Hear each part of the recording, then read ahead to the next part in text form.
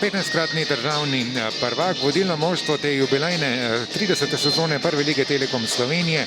Maribor prvič v letu 2021 igra na domačem terenu. Dober dan voščim.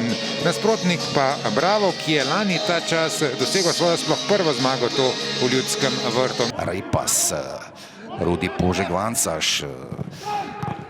Tukaj je zdaj Rudi Požek, utekal je Belokranjec in strel preko gola. Santoš, Vrhovec, zdaj Vrhovec na drugo stran, Matko znova. Nekaj več pozornosti zdaj za čuvaja mreže. Z 0:1. Sjajna podaja z kota, je to bila Ogrinca in na nogah je klop Ljubljančanov. Poglejmo še enkrat tole. Ja, David Brekalo je bil tam najučinkovitejši oziroma tisti, ki se je najbolje znašel. Ja, če ste morda zamudili prvi polčas, res, da je bil Maribor krepko posest na svoji strani, nevarno, težave tam tudi za Juga pri lovljenju tega strela. Nekaj sreče tudi za vratarja Juga, torej od vratnice nazaj k Jugu, odtalno, zdaj pa priložnost in obramba Vekiča.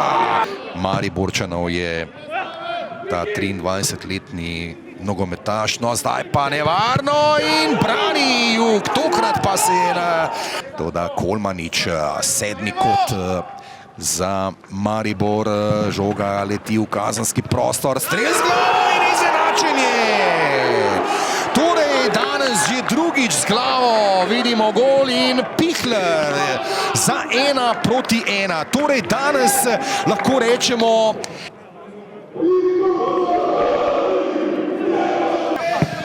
ko je opazil tam Repasa. Repas, lepa podaja do Krecuja. Krecu pri strelu, to da ne natančno. Kazenski prostor do Tavaresa, tam pa na mestu obramba Brava. Hitro je bil tam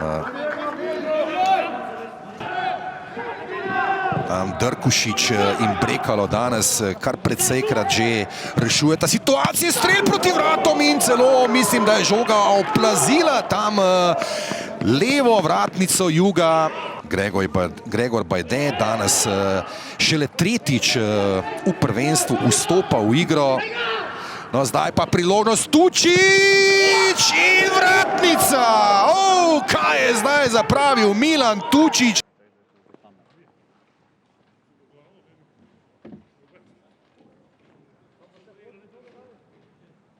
This is our destiny. If we will receive the first goal, it's normally that then we need to spend a lot of energy for come back. And but I'm happy. It's a good point. Moram reči, da sem zelo zadovoljen s tem, kar so naši igralci pokazali. Ne glede na to, da smo v prvem polčasu vodili 1:0, nismo bili zadovoljni s tem, kako hitro smo preklapljali med fazami. In to smo poskušali v drugem popraviti.